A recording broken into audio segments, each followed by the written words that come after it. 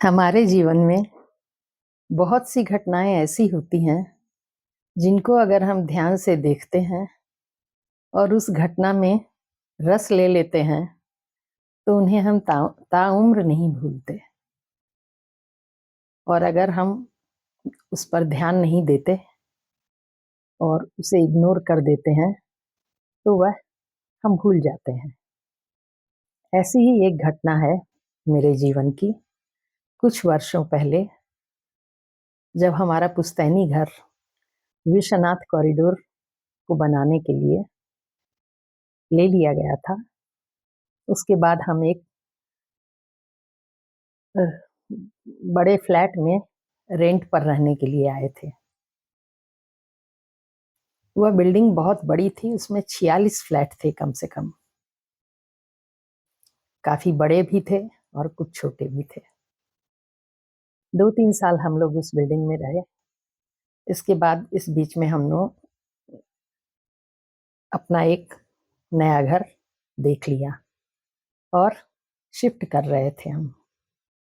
Shifting के समय मैं अपने तीसरे तल्ले के फ्लैट से उतरकर नीचे आ गई थी और जहाँ गाड़ी पर हमारा सामान लोड हो रहा था वहां पर मैं बैठी देख रही थी। तो जो गाड़ी के मालिक थे वो अपने वर्कर्स से ठीक तरह से सामान रखवा रहे थे। इसी बीच में उनकी छोटी बच्ची बार बार आती थी और कहती थी, पापा मुझे 5 रुपए दे दो ना। बच्ची 5 साल की थी, बहुत प्यारी बच्ची थी। पापा टाल देते थे। वहां पर ही उनकी एक जनरल मर्चेंट की दुकान थी जिसमें काफी सामान था। वह बच्ची दुकान से भी सामान ले रही थी और बार बार आकर पापा से भी 5 रुपए मांग रही थी। तो पापा ने कहा कि बेटा तुम सुबह से कितने सामान दुकान से ले चुकी हो, क्या करोगी 5 रुपया। उन्होंने फिर टाल दिया। वह थोड़ी देर जाकर पेंटिंग बनाती थी और फिर घूम के आ जाती थी अपने पापा के पास। कहती थी, पापा दे दो ना 5 रुपए। बड़े प्यारे ढंग से बोल रही थी। मैं बैठी बैठी वहीं पर उसको भी देख रही थी, सामान लद रहा था उसको भी देख रही थी। तो मैं खाली थी तो मुझे भी उस बातों में आनंद आ रहा था। 5-6 बार बच्ची आई किंतु पापा ने उसे रुपए नहीं दिए।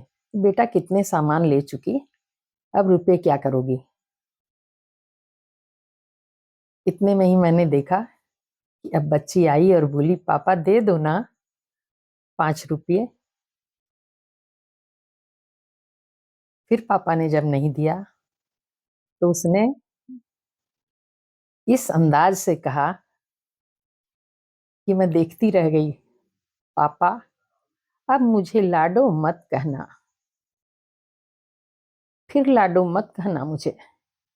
इतना अच्छा लगा। पापा भी हंसने लगे उसके और उन्होंने 5 रुपए निकाल कर दे दिए। मतलब अब अगर तुम मेरी बात नहीं मान रहे हो तो अब लाडो मत कहना, कितनी भी मैं लाडली हूँ। तो ये सेंटेंस मुझसे भूलता नहीं और उस बच्ची का चेहरा याद आ जाता है। बहुत प्यारा चेहरा और बहुत ही प्यारे ढंग से कही गई बात। तो ये है कि हम लोग जब किसी भी घटना को अच्छे से देखते हैं और ध्यान देते हैं तो बड़ा आनंद आता है। तो ये एक प्यारी घटना है मेरे जीवन की जो मैं भूल नहीं पाती। अब वो बच्ची 8 साल की हो गई होगी।